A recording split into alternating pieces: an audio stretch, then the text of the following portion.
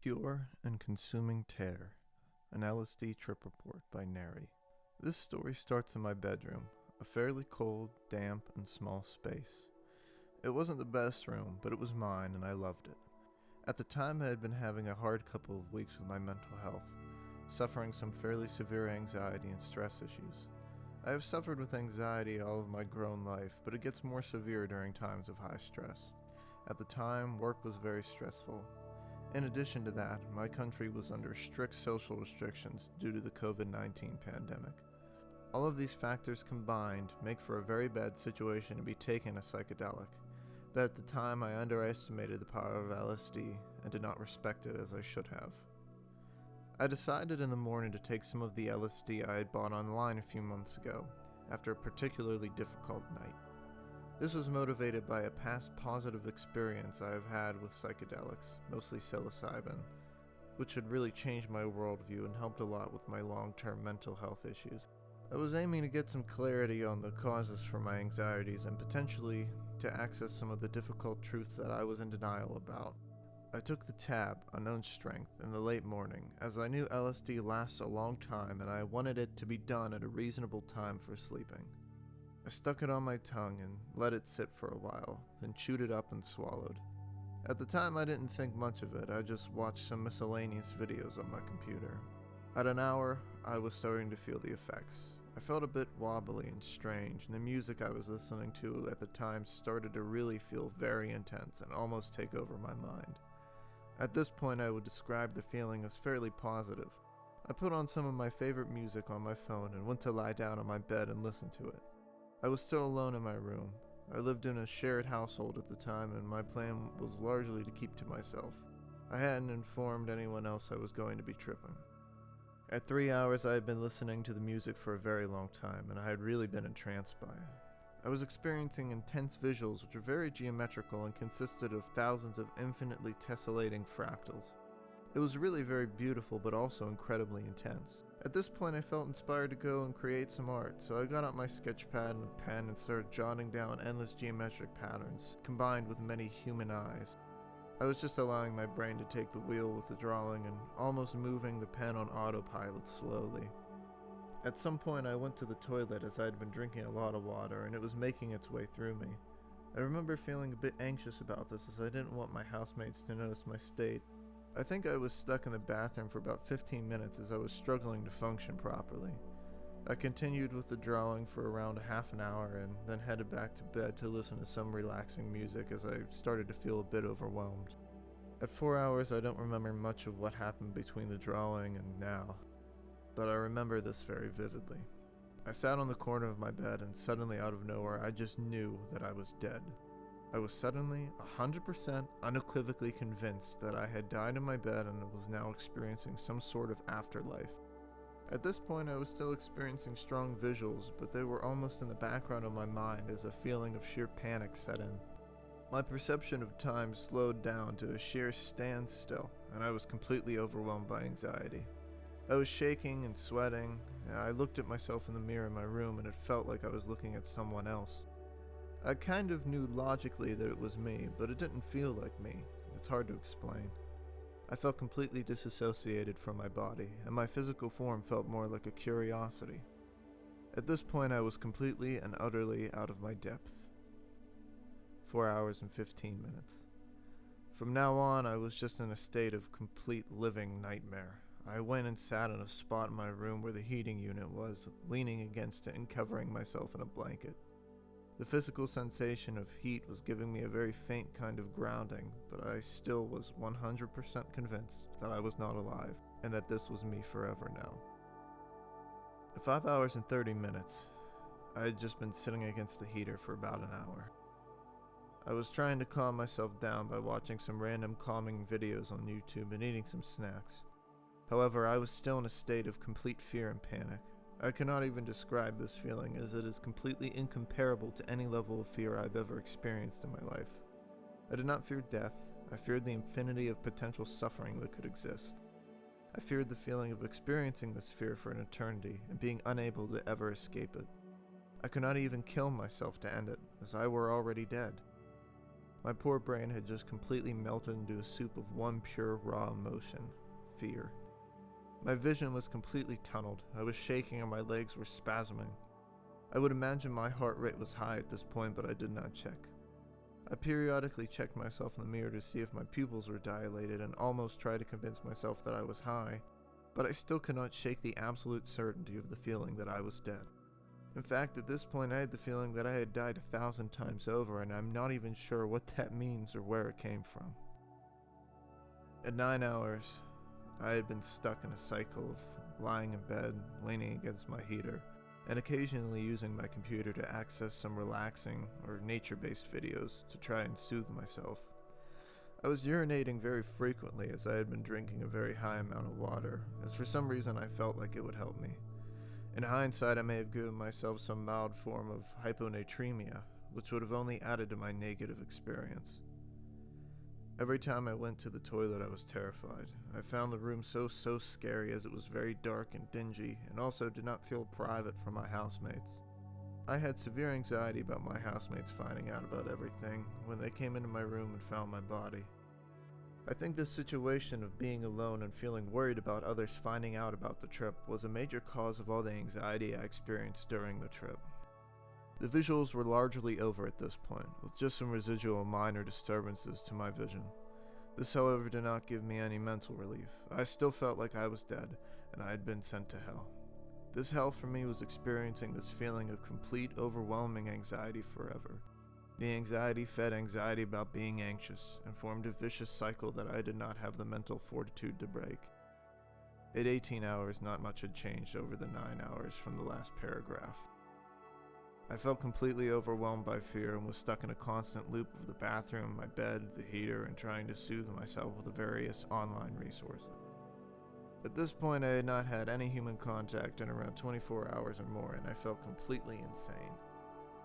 I did not feel like this experience would ever end. I researched the duration of LSD. I had done this beforehand too. I was at least always fairly responsible with research, and saw that I was well over the expected duration for intense effects. In hindsight, I was no longer really tripping, but I was in fact trapped in what at this point was essentially a 14-hour non-stop panic attack. I was completely exhausted and completely unable to sleep. My mind was running at 10,000 kilometers an hour and only focused on these things. I was dead, I was insane, and I was terrified. Time was passing incredibly slowly as I was in a constant state of fight or flight. It was now very early morning of the next day and I needed to urinate again. This time I decided I simply could not face going into the bathroom, so I grabbed a blanket and rolled it up and left the house. It was raining outside and I walked about 2 kilometers to a park.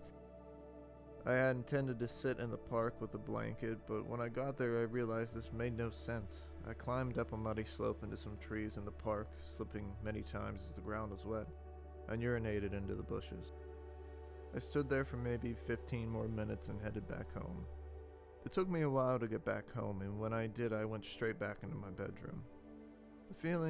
The experience of being outside was a bit nicer as the cold rain was a bit grounding, but at this point I felt so completely disconnected from my body that it felt like I was playing a third-person video game. When back in my room, I started to get more worried about how I was feeling, and started to think about my options. 20 hours. At this point I felt like I had 3 options. 1, jump out of my bedroom window and see what happened. It was high enough to kill me, but I was convinced I was already dead, so I wasn't sure what would happen. 2, go outside and call an ambulance. This was terrifying to me, as I was worried that if I were alive, they would strap me down and take me to a mental asylum, and I would be trapped in this state of mind forever, as I would never have the opportunity to end my life, which was far preferable to feeling like this until I died of old age. 3, ask my friends or parents for help. I knew at this point that I was not in a mental place or strong enough to do anything on my own. I had some points where I felt a little more connected with reality and some less. Pervasive throughout this whole experience was the continuing pure terror. At 20 hours and 30 minutes, I decided that I did not want to jump out of my window, as something very primal inside me, I guess my survival instinct, was against this, even though it felt logical at the time to do. I then decided to throw out all my illegal substances and go outside and call an ambulance. However, when I got outside to call the ambulance, the fear of being imprisoned in an insane asylum forever was too overwhelming, and after thinking about it for around half an hour, I returned to my bedroom. At 21 hours and 30 minutes, after thinking some more, I decided that I had to speak to my housemate. I went out and found him and explained what was happening to him.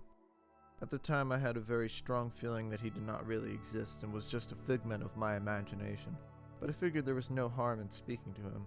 He was helpful and comforted me, but did not really know how to handle the situation. We watched some stuff on TV, but I had trouble concentrating due to my mind being consumed by anxiety.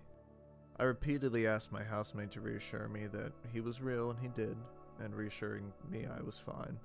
But I still assumed that this was just what the version of him that existed in my own personal hell would say to trick me. I was feeling slightly more relaxed having had some human contact, but still a solid 9 out of 10 on the scale of fear. At 24 hours, after sitting with my housemate for a few hours, I realized that this was not going to cut it. He tried to convince me to go to the hospital, but I was strongly against it due to the aforementioned fears. I instead opted to call my parents, however I had to get him to explain what happened over the phone as I was sobbing too much and felt completely paralyzed and unable to speak. My parents were very concerned and agreed to come get me and take me home with them. 28 hours. At this point I had survived the journey home with my parents, who were mostly just worried about me at this point. I was finally starting to calm down as I was able to notice more that my trip was coming to an end, and that as the anxiety started to fade, I started to feel more normal.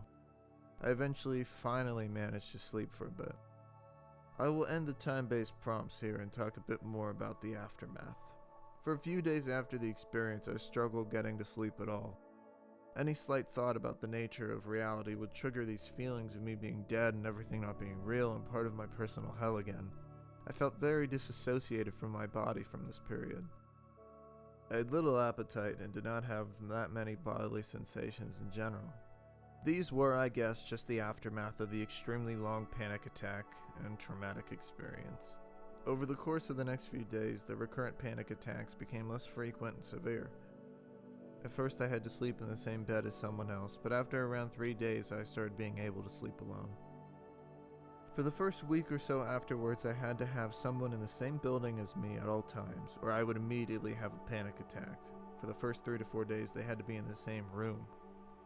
Over the course of the next weeks, I built up the confidence to be alone in a room and or be in a building for a longer period of time, until I could spend large portions of the day alone. I went to the doctors and was prescribed medication to help me sleep and help with anxiety, and I also started therapy after a couple weeks. The trauma of the experience caused me to develop some agoraphobia. As previously mentioned, this started off being a matter of just being unable to be alone in any capacity. After a few weeks, it was more just a case of struggling to go outside. After a month, I was able to go outside on my own for some period of time, but I still struggled with public and busy places. Over the course of the next months, I gained confidence with being able to live more independently. Over the course of the next year, I gradually conquered the agoraphobia and panic attacks. After around 6 months, I was capable of living independently and was able to move out. I still had a few lapses where I had to travel back to my parents for a few weeks, but these became less frequent and severe until they stopped occurring about a year after the initial experience. To this day, I still suffer with a very mild form of agoraphobia to do with being in places which are very far away from home or civilization, but I am confident I will conquer this too with time. This experience completely changed my life. It was traumatic and I would never wish it on anyone. I would urge everyone to respect the power of these drugs and make sure that they take them only in a safe and good place, and make sure that they have a plan if the trip heads south. In hindsight, I have gained some positive things from it. My capacity for handling traumatic experiences is much higher now, and forced me to come clean with my parents about my lifelong mental health issues and seek treatment for these. I still have occasional moments of panic, and writing this is very difficult as it caused me to relive some of these memories. The feeling of being alive and reality existing gradually came back, but it took a long time to be something that didn't bother me. I still have no proof that I am alive or that anything exists, but I have the philosophy that it does not matter, as I am capable of enjoying whatever my existence may be. If I'm stuck in a personal hell, it's not so bad. I have quite a lot of fun, and my life is pretty enjoyable these days. For anyone who's experienced anything like this, it does get better, and please be open with those who care about you and let them help you heal. Life can be great, even if this takes a year or so from you.